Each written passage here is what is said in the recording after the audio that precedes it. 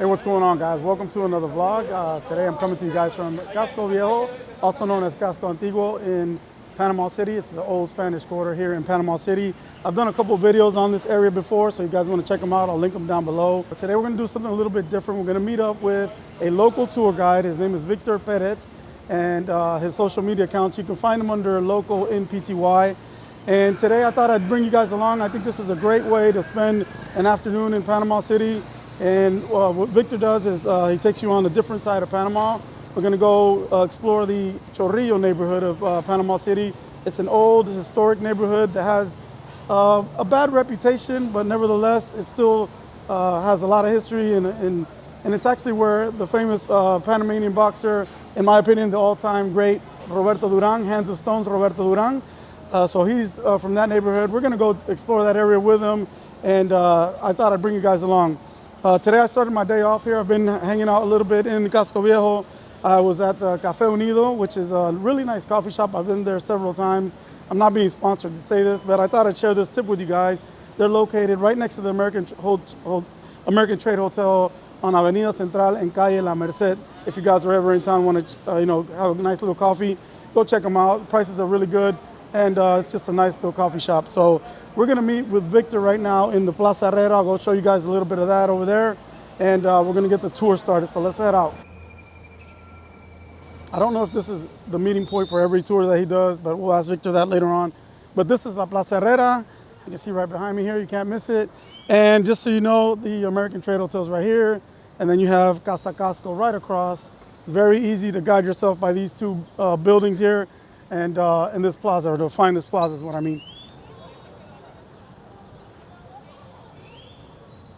So, yeah. Un placer conocerte. Placer. So we met with Victor in Plaza Herrera, and by the way, I did check with him. This is where he usually meets with his tour groups, and it was a small group of 8 people, which I thought was fantastic because I'm not a big fan of being in a large group, especially when you're doing a tour. He had us introduce ourselves and talked a little bit about what we were going to do on the tour, and so let's go ahead and listen in a little bit. It has a really bad reputation, okay? So what I would like to do today is to show you, as a traveler, of course, you want to experience the different places, not only like a touristic attraction. You want to go off the beaten path, right? To see what the local people live, what the daily life is, right? We appreciate that you are part of this experience. I don't really like to call like a tour. I really like to call this as experience. So my background, so my name is Victor, okay? And I'm originally from the San Blas Island, where the Kuna people live. So, I'm Kuna. For me, it's a privilege to show you also my background. After learning about Victor's background, he talked to us a little bit about the history of El Chorillo and how it was impacted during the U.S. invasion back in December of 1989. He also spoke about the current wave of gentrification that the neighborhood is going through and how the people are very unhappy and protesting about it. Noriega, he was controlling this neighborhood called Chorillo because his headquarters was located in Chorillo. Chorillo means little waterfall. Okay, from the hill. I don't know if you've been to the Ancon Hill. Okay, from the hill, there was small waterfalls providing water to the community.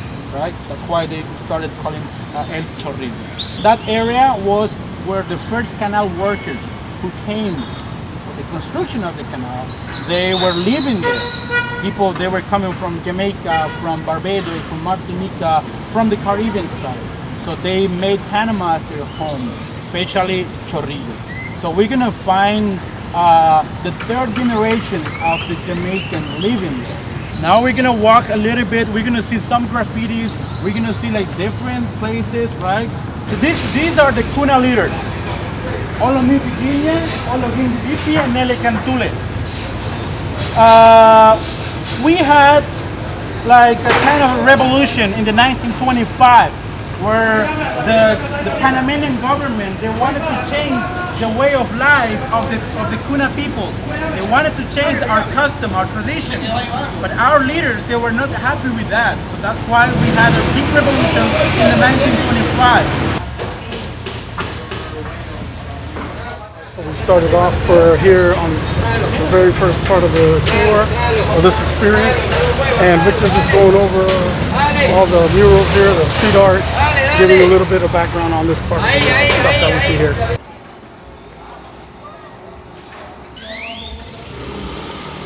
All right, Victor just told us that we're at the border of the Casco Viejo and Chorillo, so we're gonna go into the Chorillo neighborhood here.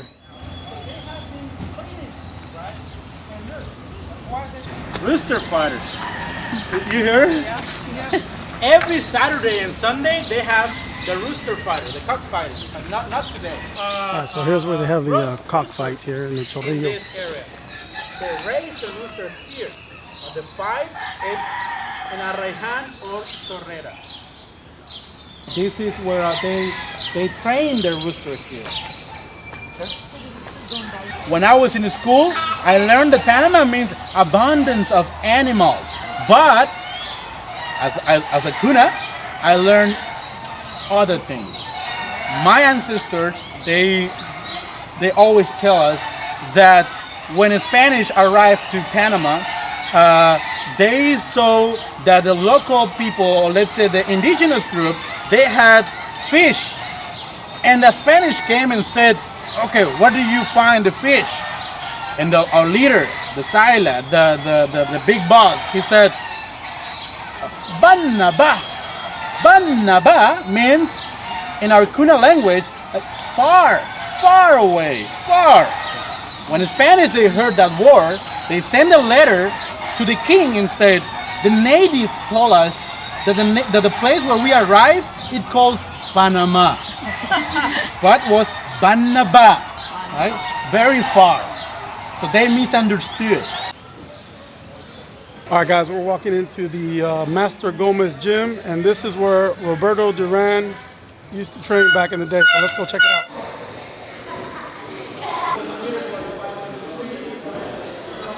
One, two, three. So right now, are there any current professional boxers training here or no? Two? A woman and a boy. Okay. Yeah. All right, I wasn't able to capture Victor talking about this, but these buildings right here are newer buildings that were built after the U.S. invasion.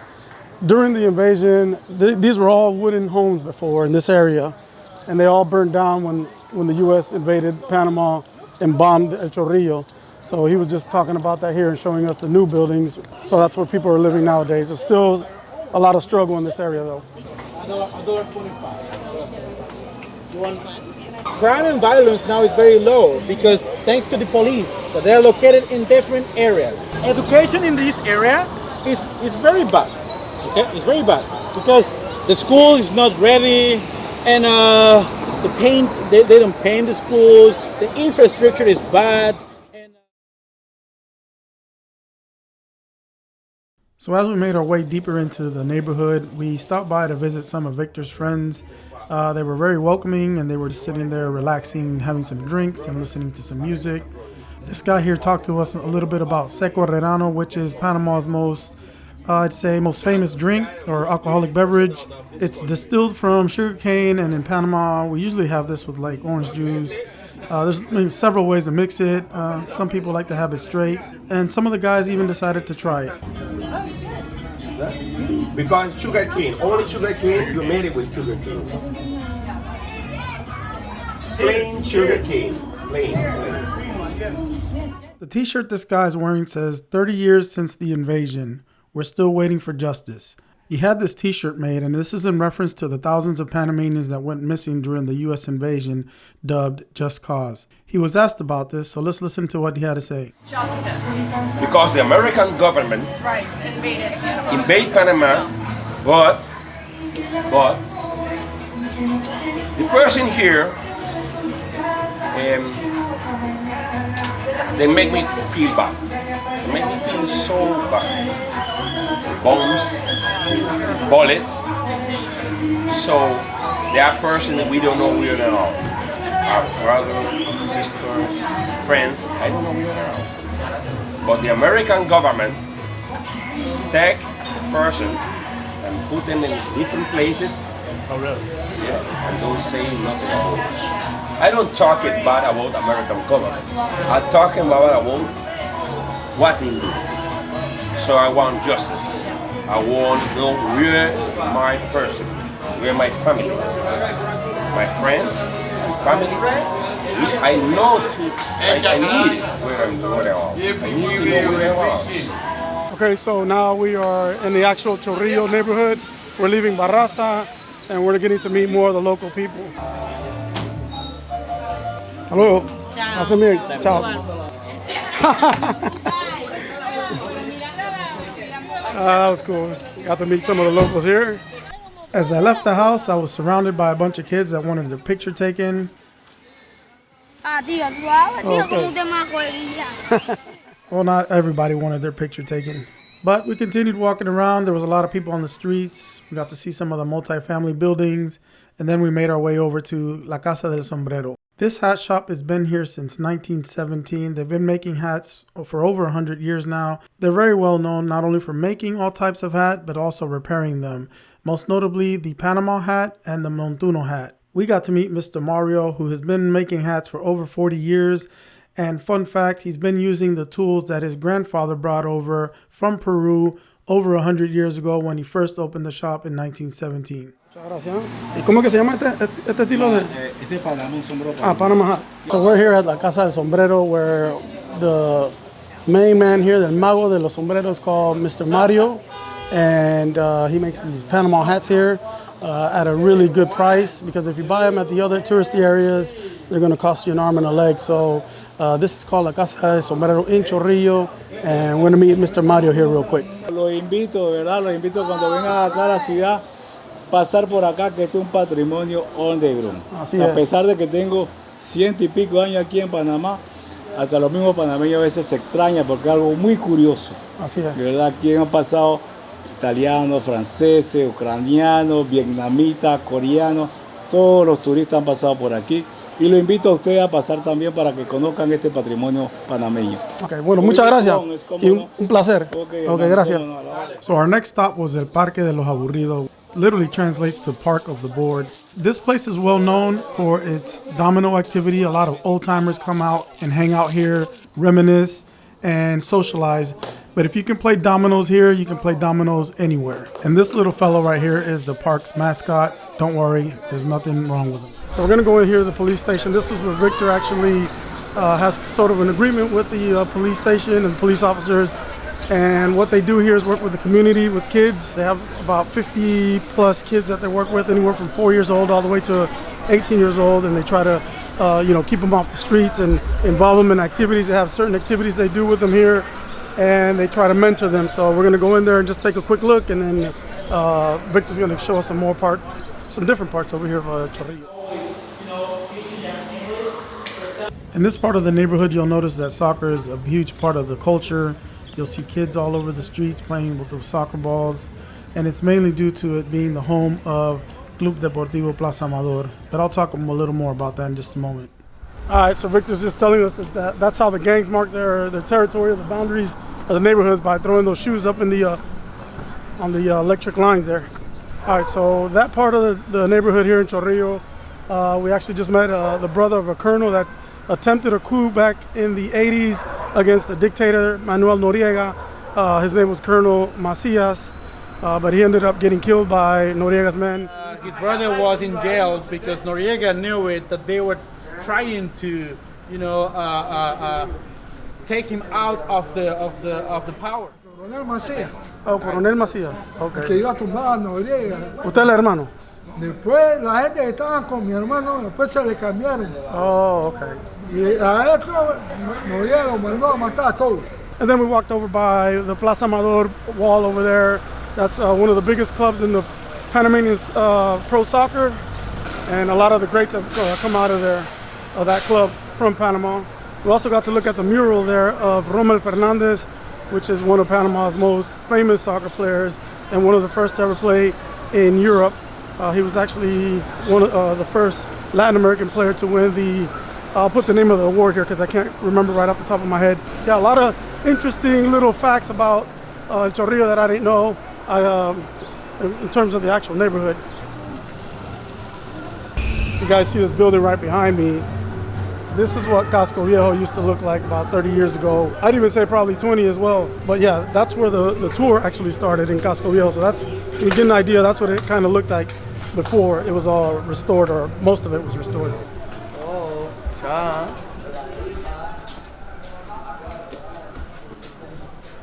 All right, so we're now in the Santana Neighborhood, and this is like a public field here where they play on turf. But he was just telling us that the guys from this neighborhood aren't allowed to go across over to Chorillo because of, you know, territory and gangs and stuff like that. So, but it's just interesting to see the soccer field here that they got, and how they come over here and spend some time and play soccer, football.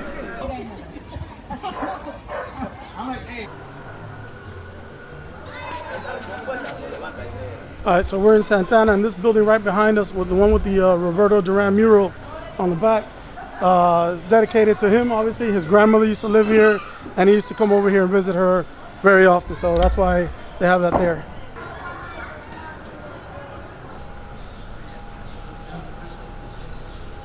This used to be a bullfighting ring, Plaza Santana, yeah. Wow, what year? Like what years? We are talking in the 1800s. 1800s? 1870s. 1870s, okay. I'm going to show you now how the local Panamanian bars look like. Comparing, like, you know, in Casco Viejo, this is different. This, we call it cantina, okay? And it's very different. Look, come here.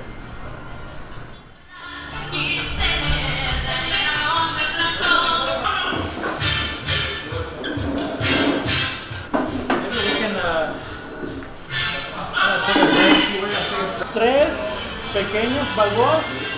When you go to Casco Viejo, they're gonna just offer you one size of beer, like maybe like this size, right? But if you go to the local bars, there is we call manga larga. It's like this size, like this, right? And it's $1.50. This $1. When you go to any bar in Casco Viejo, they're like $4 or maybe $5, but they don't have this. Only in a local bar, they have this for $1.50 and $1. Okay? If you go to Casco, this is $4. This is maybe like what, like $16?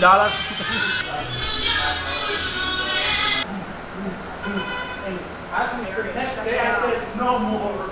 Okay, now we go to Coca-Cola. Coca-Cola is the oldest restaurant in Panama City.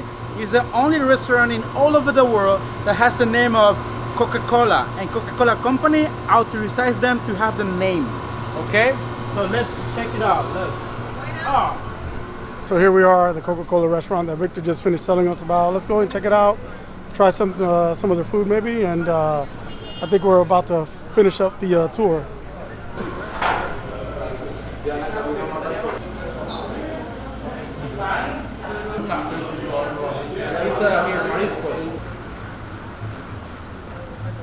We had a nice dinner there at Coca-Cola Cafe, and we're headed back to where our starting point in Casco Viejo.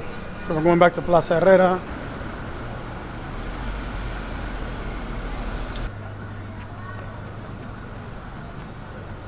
So we're at the end of the local MPTY experience here with Victor. I'm going to wrap this video up. I just want to thank Victor. We had a great time today. Fantastic experience. I, as a Panamanian, learned a lot of the area here in the community, which was very interesting, and I thought that was, you know, great, you know, because I came into this not knowing if I was going to learn anything, and I absolutely did. And everybody else that came along with us, if you guys are watching, thanks for watching. I'm pretty sure you guys had a great time too. Everybody sounded like they had a great time. We had a nice dinner, met some of the locals, and I just want to thank you, Victor. Appreciate you taking the time to do this. You could really tell that Victor puts a lot of his heart into this, and he's making an impact on the community here little by little. And you know, that's something that I really am impressed with by Victor. So anything you want to let the people know here, Victor? Yeah, sure. Okay, so thank you for following this video, and I really appreciate, because I'm really enjoying what I'm doing, because I think, like I said before, Panama is more than just famous canal, and I really want to invite you guys, if you're watching this and you all want to come to Panama, join my walk, and I'm gonna show you the real side of Panama and meeting the local people and enjoying Panama in a different way. And this was like a 4 hours, right? Yeah, this was a 4-hour tour. Yeah. And Victor, yeah, can you tell us a little bit about if you do a shorter tour or not? This was a 4-hour tour. We started at 3, ended around 7 p.m.